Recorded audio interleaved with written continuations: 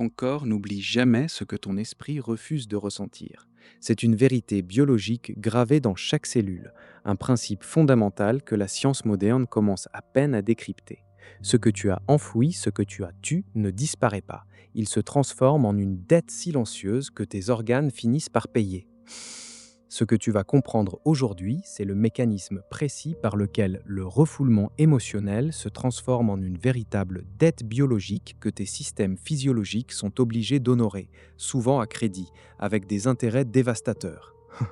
Nous allons plonger au cœur de la psychoneuroimmunologie pour révéler comment ton monde intérieur sculpte littéralement ton enveloppe physique. Imagine ton corps comme un orchestre incroyablement complexe. Chaque instrument, chaque cellule joue sa partition sous la direction d'un chef d'orchestre, ton cerveau. Quand une émotion intense surgit, la colère, la tristesse, la peur, elle est censée être jouée, ressentie, puis laisser place au silence avant la mélodie suivante. Mais que se passe-t-il si, au lieu de laisser l'émotion s'exprimer, tu la muselles, tu la pousses dans les coulisses, espérant qu'elle se taise? Ton cerveau interprète cette suppression non pas comme un simple oubli, mais comme une menace persistante.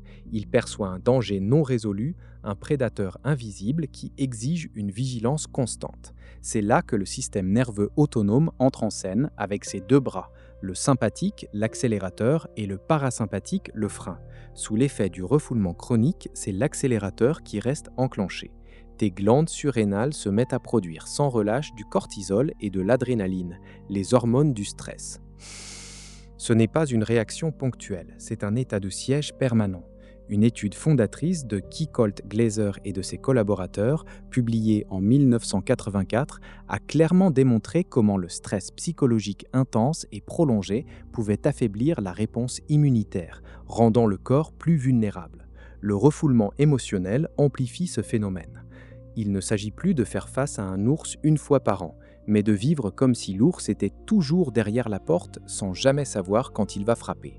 Cette activation constante du système sympathique, cet état d'alerte permanent, dérègle ton équilibre physiologique. Le cortisol, qui en temps normal est anti-inflammatoire, devient pro-inflammatoire à force d'être surproduit. Il commence à corroder tes défenses. Il ouvre la voie à des ravages bien plus profonds, bien plus insidieux, qui se manifestent partout où ton corps a une faiblesse structurelle ou génétique. Ce qui se passe ensuite n'est pas une simple coïncidence, c'est une conséquence directe de cette guerre silencieuse que tu as déclarée contre tes propres émotions. Imagine la scène suivante. Tu es à une réunion de famille. Une remarque blessante est faite. Au lieu de ressentir la pointe de la colère ou de la tristesse et de l'exprimer, même calmement, tu souris. Tu dis « ça va, ce n'est rien ». Tu avales la pilule amère. Le cœur serré, tu te retiens de réagir. Pour ton conscient, l'incident est clos. Pour ton inconscient et surtout pour ton corps, un signal d'alarme a retenti et n'a jamais été désactivé. Ce n'était pas juste une émotion, c'était un message que tu as choisi d'ignorer. Et ton corps, lui, a enregistré la dissonance entre ce que tu ressentais et ce que tu montrais. Chaque fois que tu enfouis une telle émotion, tu ajoutes une nouvelle pierre à une pression artérielle qui monte, à un système digestif qui se crispe, à une immunité qui s'affaiblit. C'est une accumulation lente mais inéluctable. As-tu déjà remarqué cette étrange corrélation ? Ces maux de tête chroniques après une période de stress relationnel intense où tu n'as rien dit ? Ces troubles gastro-intestinaux inexplicables quand tu portes un fardeau émotionnel secret, c'est la dette qui commence à être réclamée. Une étude capitale menée par Gross et Levenson en 1997 a mis en lumière l'impact direct de la suppression émotionnelle sur les réponses physiologiques. Ils ont montré que les individus qui réprimaient activement leurs émotions lors d'un événement stressant présentaient une activité accrue du système nerveux sympathique, une augmentation du rythme cardiaque et de la pression sanguine. Ce n'est pas un concept abstrait, c'est une réalité mesurable. Imagine cela sur des mois, des années. Ton corps n'est pas conçu pour fonctionner dans cet état d'hypervigilance permanent. Le cœur, forcé de pomper plus fort et plus vite, finit par s'épuiser. Tes artères, constamment sous tension, durcissent, augmentant le risque de maladies cardiovasculaires. Tes cellules immunitaires, submergées par le cortisol, deviennent incapables de faire la distinction entre un envahisseur externe et tes propres tissus, déclenchant des maladies auto-immunes.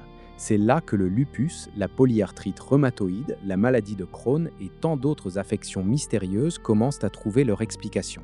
Elles ne sont pas dans ta tête, elles sont dans ton corps, les conséquences directes d'un dialogue interne que tu as refusé d'écouter. C'est la preuve irréfutable que ton silence a un prix biologique. Ton corps, dans sa sagesse désespérée, crie ce que ta bouche refuse de dire.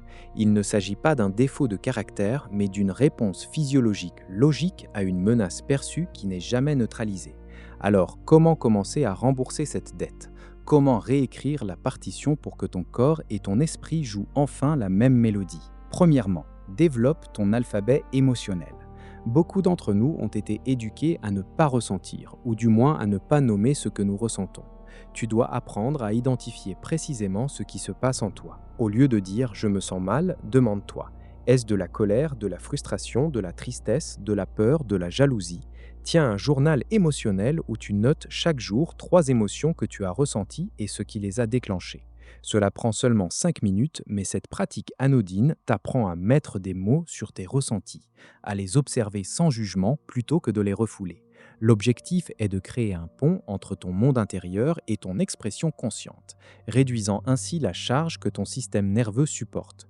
Tu seras étonné de voir comment cette simple reconnaissance peut apaiser une partie de la tempête intérieure. Deuxièmement, trouve des canaux d'expression sains.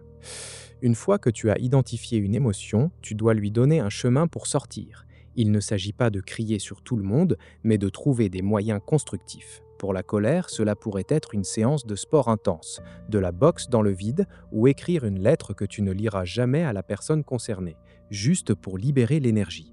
Pour la tristesse, cela pourrait être de parler à un ami de confiance qui sait écouter sans juger ou de t'immerger dans la musique qui résonne avec ton chagrin, ou même de t'exprimer à travers l'art. L'objectif est de transformer l'énergie émotionnelle stagnante en mouvement, qu'il soit physique ou créatif. En ne laissant pas cette énergie s'enquister, tu empêches ton corps de l'internaliser et de la transformer en tension ou en inflammation.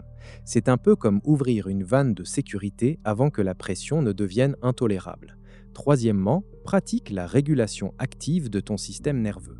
Le refoulement a poussé ton corps en mode combat ou fuite. Tu dois consciemment appuyer sur le bouton repos et digestion.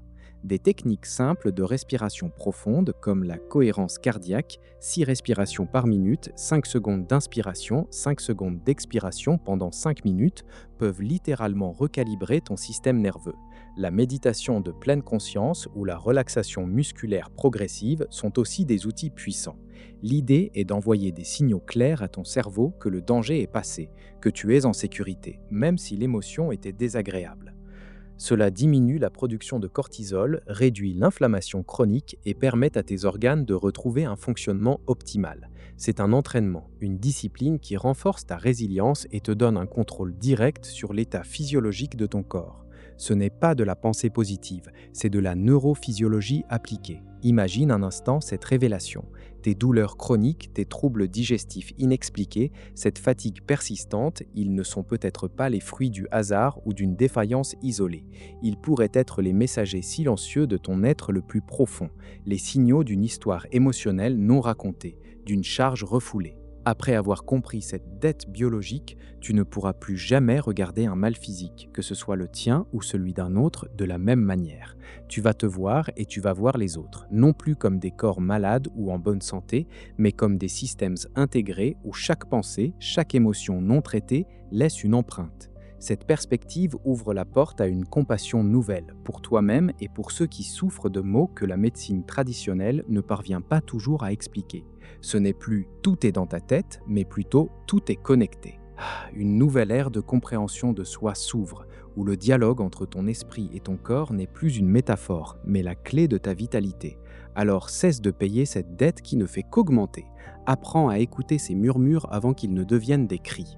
Continue d'explorer les mécanismes cachés qui façonnent ta réalité, car comprendre la science derrière ce que tu ressens est le premier pas vers une véritable libération. Et la prochaine fois, nous plongerons encore plus profondément dans les mystères du comportement humain. Il y a tellement plus à découvrir.